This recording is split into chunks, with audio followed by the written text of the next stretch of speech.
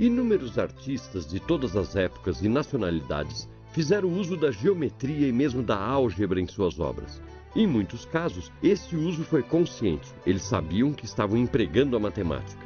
Mas o que é que a matemática tem a ver com os quadros e esculturas que vemos nos livros, na internet, nos museus, nas galerias?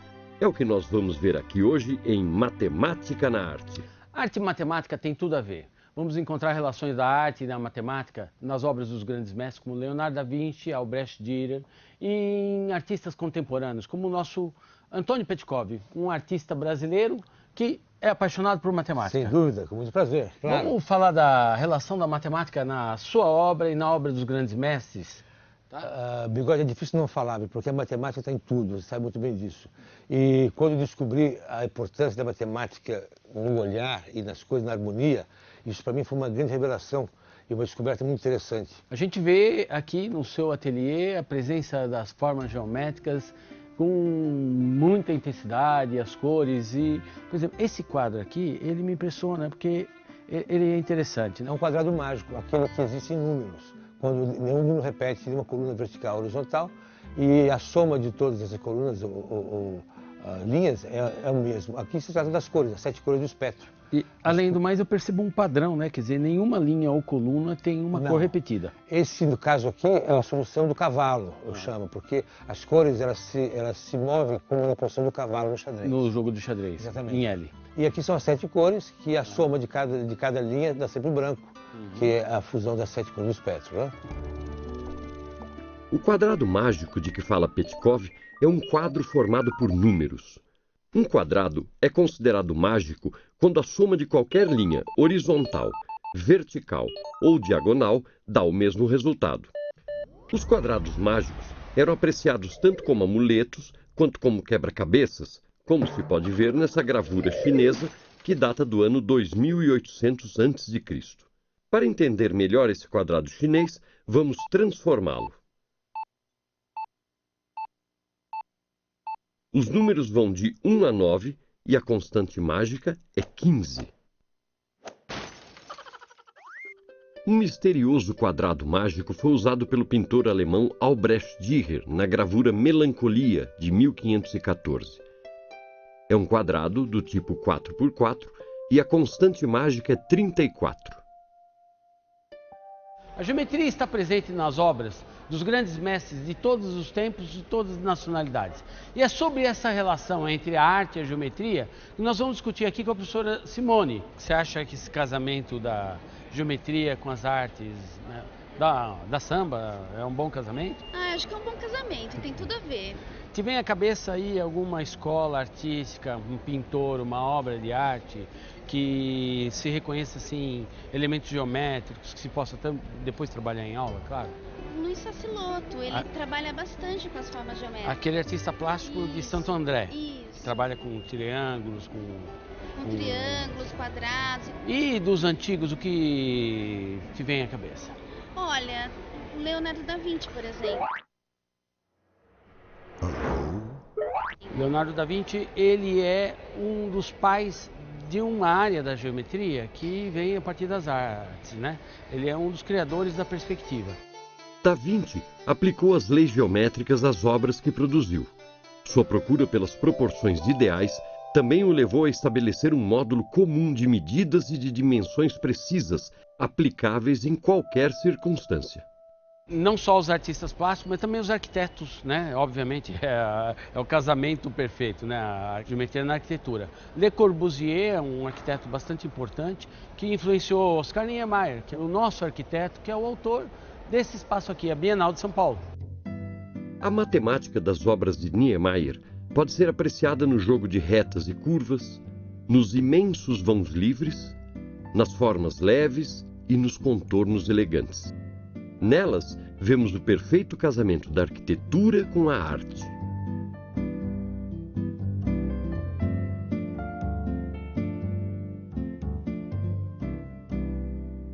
Eu aprecio muito uma obra de um artista chamado Max Bill, em que ele se inspira numa das demonstrações do Teorema de Pitágoras e cria uma obra de arte belíssima que nós vamos ver como é que ela é. Pitágoras nasceu por volta do ano 570 a.C. Ele criou uma escola de estudos e é tido como um dos primeiros filósofos de que se tem notícia. Pitágoras não deixou escritos. Tudo o que sabemos sobre sua vida e obra foi contado por seus discípulos, como o famoso Teorema de Pitágoras. Eu quero fazer aqui com você, aqui no seu ateliê, um tangram pitagórico. Ou seja, baseado na experiência de montar, de formar figuras, propor uma atividade, uma situação problema para os alunos que vá possibilitar eles a justificar o Teorema de Pitágoras. Vale aqui lembrar que o tangram é um antigo quebra-cabeça chinês conhecido há milhares de anos. Trata-se de um jogo formado por 7 peças, 2 triângulos pequenos, um quadrado, um triângulo médio, um paralelogramo e 2 triângulos grandes. É possível estabelecer muitas relações entre as peças, mas o desafio maior é formar figuras com as 7 peças, conhecendo apenas suas silhuetas. O tangram é um importante recurso didático para se estudar tópicos do currículo de matemática, como frações, área, perímetro, números irracionais, polígonos e outros conceitos. Bigode vai dar uma de Pitágoras e, usando o mesmo princípio do tangram, vai demonstrar o teorema. A minha ideia é o seguinte, é decompor 2 quadrados e fazer cortes neles. E com as peças que sobram, isso vira um quebra-cabeça para eu formar um quadrado, um novo quadrado maior. Né? Então é aquela ideia de que a soma das áreas construídas sobre os catetos é igual à área construída sobre a hipotenusa. Tem que ser perpendicular à base, né? Por isso que eu estou usando o transferidor.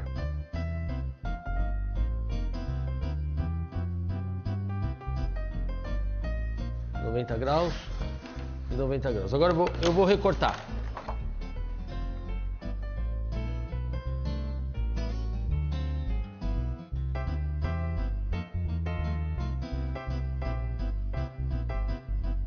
Mas deixa eu aproveitar a base. O triângulo retângulo que nós vamos montar, deixa eu marcar aqui. Vai ser esse triângulo retângulo aqui, ó. Ok? Então o novo quadrado, ele vai ter essa medida de lado. Vamos pegar essa abertura, você faz esse quadrado aí? Eu vou demonstrar o Teorema de Pitágoras. Eu vou mostrar que a soma das áreas dos quadrados construídos sobre os catetos é igual à área do quadrado construído sobre a hipotenusa, que vai ser o quadrado verde que o Aníbal está construindo aqui. Só que nós vamos aprender um procedimento super interessante de decompor esses 2 quadrados com um número mínimo de cortes, e com as peças é como se fosse um tangram, um quebra-cabeça, eu formo aquele quadrado. Então o nosso desafio é, como é que eu corto esses 2 quadrados de modo que com as peças eu formo um quadrado equivalente a esse quadrado aqui. Tá? Vamos só conferir que a ideia geral, aqui está. Essa é uma das principais imagens do Teorema de Pitágoras, tá? Que é uma demonstração que fala de equivalência de áreas. Então, olha o meu desafio agora. Eu vou decompor esses 2 para sobrepor essas peças e gerar aqui, ocupar essa área, tá? Ok? Então, o truque aqui é o seguinte. Vamos fazer de conta que esse quadrado vermelho mede B, o lado, o quadrado amarelo mede C. Eu vou decompor ele e compor um quadrado de lado A, tá? Essa medida é B mais C.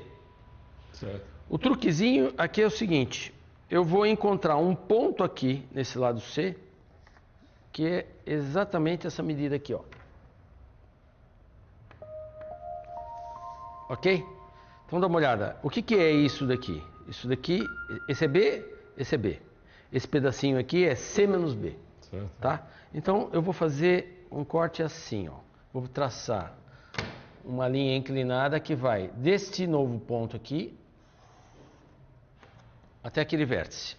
Agora você me ajuda aqui que eu vou fazer um traço igual em direção àquele outro vértice. Feito? Pronto. Tá? Com a tesoura. Vai caber assim em cima. Então eu vou cortar as peças e você vai brincar de compor o quadrado. Eu vou tentar.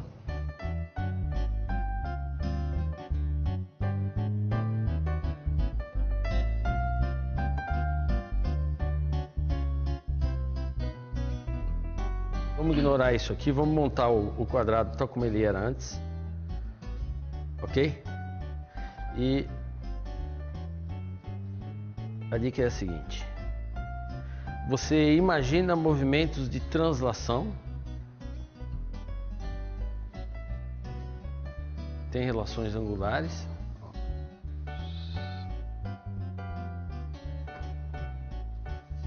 Opa! Exatamente. Aqui está. Então esse é o nosso tangram pitagórico. Opa.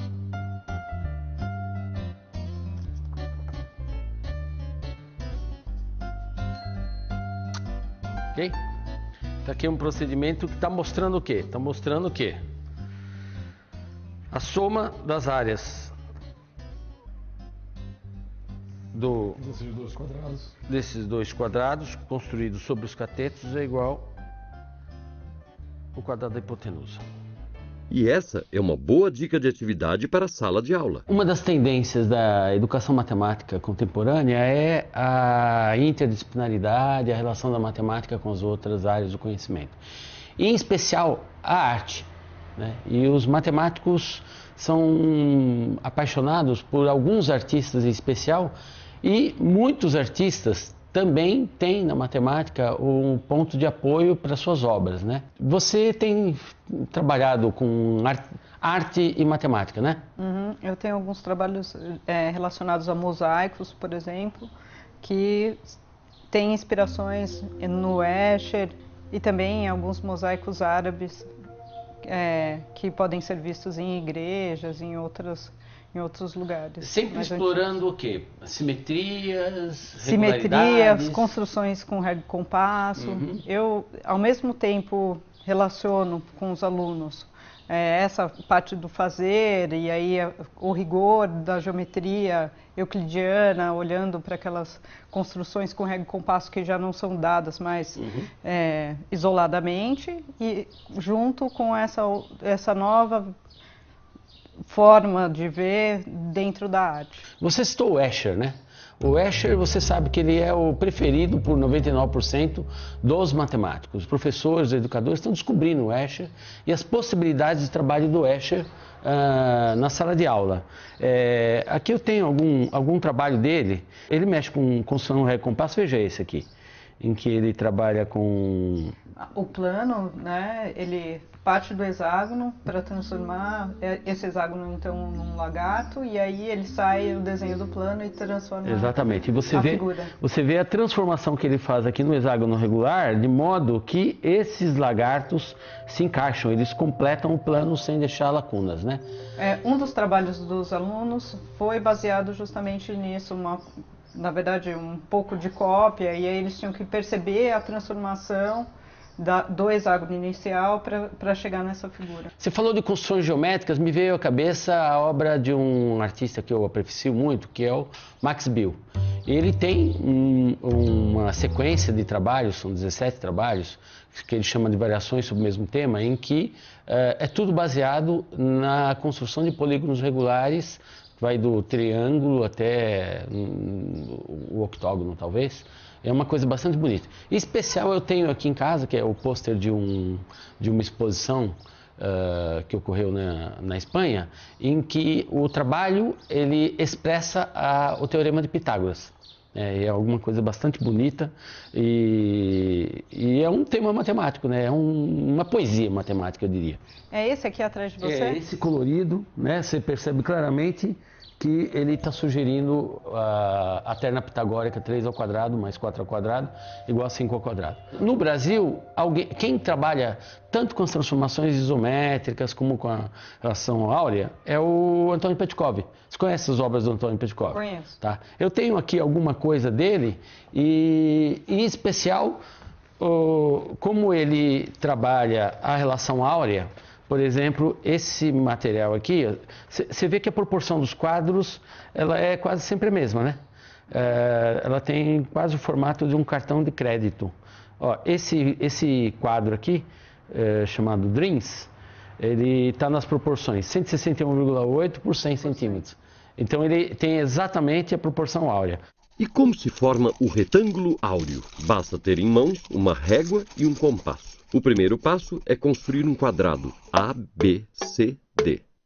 Prolongamos a base do quadrado na direção CD. Com a ponta seca do compasso centrada no ponto médio F da base do quadrado, traçamos um arco de abertura igual à diagonal FB do retângulo obtido da metade do quadrado, até encontrar o prolongamento da base do quadrado no ponto G. Traçamos a perpendicular HG e pronto, eis aqui um retângulo áureo. Ó, você dá uma olhada aqui, todos eles têm essa proporção. Ele dá como se fosse uma régua de acetato, para a gente reconhecer as proporções. Você vê a estrutura desse quadro, que tem vários elementos, tá? Como é que as relações áureas estão aparecendo, tá? Você vê que esse gaveteiro aqui, daqui até aqui seria 1, daqui 618, tá?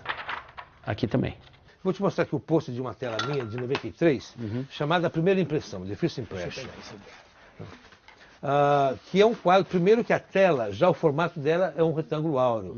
A largura é em proporção áurea com o comprimento. E todas as divisões internas são de acordo com a seção áurea. Temos aqui os 4 elementos, tem alguns livros que mostram a cultura. É um trabalho muito particular porque ele é extremamente pensado em relação a todas as formas matemáticas. O círculo no centro, etc. Jogos contemporâneos. Aqui os 4 elementos, eu coloquei aqui, meu filho tinha 3 anos quando eu fiz esse quadro, eu estou na casa cheia de brinquedo, pus um caminhãozinho de madeira que entrega a terra, um helicóptero que voa no ar, um aquário vazio que tem água, e os 2 candelabros que tem o fogo, os 4 elementos. Né? E aqui na base aqui do candelabro você tem esses 2 rostos, essa coisa da ambiguidade. Temos 7 gavetas fechadas, que é o conhecimento inconsciente, né? E coisas ligadas ao nosso conhecimento do dia a dia. Então, por exemplo, dê uma olhada aqui. Tá vendo esse pássaro? Tá? Ele é inspirado num desenho do Oswald de Andrade. E ele faz uma adaptação desse pássaro de modo que ele se torna um módulo escheriano que cobre o plano. E isso daqui está num grande painel, numa estação de metrô aqui em São Paulo. Um trabalho bem parecido com esse que eu desenvolvi com os alunos é de um esquilinho, em que uma das alunas transforma um retângulo, né, faz translações de partes do retângulo e transforma ele num esquilo e pavimenta. Uma pessoa desavisada podia achar que isso que seus alunos fizeram foi parte da obra do Escher. Como é que você conseguiu chegar nesse padrão de qualidade e de elementos matemáticos reconhecidos e tal? Primeiro, eles fazem os trabalhos com as figuras planas, só os polígonos regulares, e aí, então, a partir dessa base, que é um polígono e não necessariamente um polígono regular, é que eles vão produzir essas figuras que são próximas às figuras do Escher. Mas eles não partem do nada, eles usam um pouco o modelo do trabalho dele. Você apresenta eu apresento algumas figuras para eles, alguns processos feitos pelo Escher mesmo, então imagens que ainda são rascunhos, mas que geram depois os mosaicos que estão ali. E aí, então, é que eles tentam, de alguma forma, ou repetir a mesma figura, ou então mudar, alterar e criar em cima. Essa também é mais uma dica de atividade para a sala de aula. Petkov, um dos principais objetivos do ensino matemática é a resolução de problemas. E eu vejo o jogo como um problema, um tipo de problema, né? E alguns autores falam, a matemática ela é essencialmente um jogo, né? Nós não estamos aqui só no seu ateliê, nós estamos aqui num verdadeiro museu de jogos interessantes de todas as culturas, e você se apropriando desse jogo também na sua arte. Vamos brincar um pouquinho com alguns desses jogos e ver como é que está na arte. Que, todo jogo é matemática, você sabe disso, né? E eu creio que a figura geométrica mais importante, obviamente, é o pentágono. E por que o pentágono é a figura mais importante? Porque, primeiro, o pentágono é a única figura nela está a seção áurea toda. Né? Mas nunca- pentágono regular. Né? O pentágono, uma figura que você, aumentando os lados, você vai criar uma estrela, não é? Todo mundo sabe disso. E essa estrela é, de novo, um pentágono. Ela é de novo um pentágono. Né? Então, aqui fora. E se você crescer mais, vai ser para o macro, vai ser sempre um pentágono. E aqui tem outro pentágono, outro aqui, outro, e vai para o micro até infinitamente. Ok. E outra coisa bacana do pentágono é que quando você faz essa progressão aqui dos lados e você levanta e fecha, é a única figura que sai do bidimensional e vai para o tri, Nós temos aqui uma pirâmide de base pentagonal. de base pentagonal. Isso é muito bacana. E, como eu falei antes sobre a seção áurea, isso aqui em relação à áurea com a base. Exato. Então, é toda cheia dela. É um triângulo áureo. É um triângulo áureo, exatamente. A proporção áurea pode ser observada nas medidas do corpo humano. Ela está no rosto das pessoas e também nas orelhas, na altura do corpo humano e na medida do umbigo até o chão, no tamanho dos dedos em relação à medida da dobra central até a ponta. Você também pode observar essas proporções no seu próprio corpo. Meça e calcule a razão entre a falange e a falanginha de suas mãos. Faça o mesmo com a razão entre a falanginha e a falangeta. Da mesma maneira, você pode procurar outras proporções no seu corpo e vai descobrir que muitas delas estão na proporção áurea. Essas proporções anatômicas foram bem representadas pela obra Homem Vitruviano, de Leonardo da Vinci. E na própria Mona Lisa, pode-se perceber o número áureo nas relações entre as medidas do tronco e da cabeça, e também entre os elementos do rosto. As dimensões do quadro também representam a razão de ouro. Um retângulo desenhado em torno da face é um retângulo de ouro. Dividindo esse retângulo por uma linha que passe nos olhos, o novo retângulo obtido também é áureo. Essas duas madeirinhas, eu descobri aqui a seção áurea, pus um parafuso, então a gente abre, e sempre que a gente abre, a gente vai encontrar aqui a seção áurea, uma em relação à outra, sempre. Isso aqui é um compasso de seção áurea muito interessante. Eu posso usar esse compasso para reconhecer proporções. Você pode totalmente. Você vem aqui, a outra parte e vai, todo o corpo. Pouca gente sabe, né, que o corpo humano ele tem proporções áureas. Qualquer pessoa os dentistas usam, pode né, pegar a sua altura, dividir por 1,618 que vai achar um umbigo. E o umbigo o que é? É onde a gente dobra o corpo e onde a gente recebe a vida da mãe. Então a vida do homem na Terra se passa através desse ponto aqui, que é muito simbólico, a seção áurea, né? Só para encerrar essa parte do jogo, eu queria chamar a atenção e assim dar um recado para os professores, né? Eu e muitos professores, e no Brasil nós também temos alguns aficionados pela matemática recreativa, a gente tem desenvolvido ótimos projetos que fazem os alunos apreciar a álgebra, né? O trabalho com o quadrado mágico, por exemplo, você decidir a constante mágica, é um problema de natureza algébrica que torna interessante aquilo que foi maçante quando a gente era estudante. Eu quero te lembrar que o famoso Erno Rubik, O do cubo mágico, né? é um professor de matemática que ele inventou o cubo mágico para explicar aos seus alunos a teoria de grupos. E hoje, aquilo lá se desenvolveu, eu tenho aqui apenas 60 variações do cubo, mas existem mais de 2.000 variações do cubo. Mas todos esses jogos nasceram para ajudar a solucionar alguns problemas práticos. A matemática do cotidiano tem um potencial muito maior de prover de significatividade o conhecimento matemático. E essa questão da significatividade também é uma questão muito importante. Quer dizer, para os alunos, o que lhe é significativo é aquilo que faz sentido. Então é aquilo que ele faz com prazer. Em outras palavras, nós estamos tirando aquela ideia de que a matemática é uma caixa preta, tá certo? Que só o professor de matemática pode desvendar. No começo, eu fiquei um pouco ansiosa, assim, com ele, na verdade. Que assim, será que de fato eu estou perdendo tempo ou não de fazer um trabalho que envolvesse arte? E eu deveria estar ensinando, dando teoria para eles. Você ficar preocupada se eles iam ou não aprender a teoria. Se eles iam ou não aprender a teoria. E aí o que aconteceu é que eles aprenderam com muito mais significado tudo aquilo que eu gostaria que eles aprendessem naquele momento. Então, é uma recomendação boa para dar para os professores.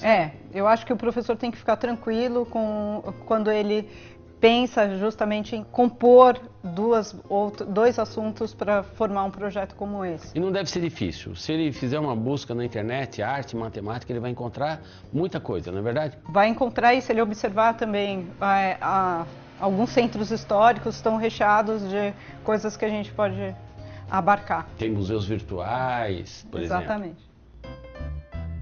Bem, vimos como tem muita matemática na arte e você pode explorar muito mais. Aproveite as aulas de artes para falar de matemática também, porque tem matemática em toda parte.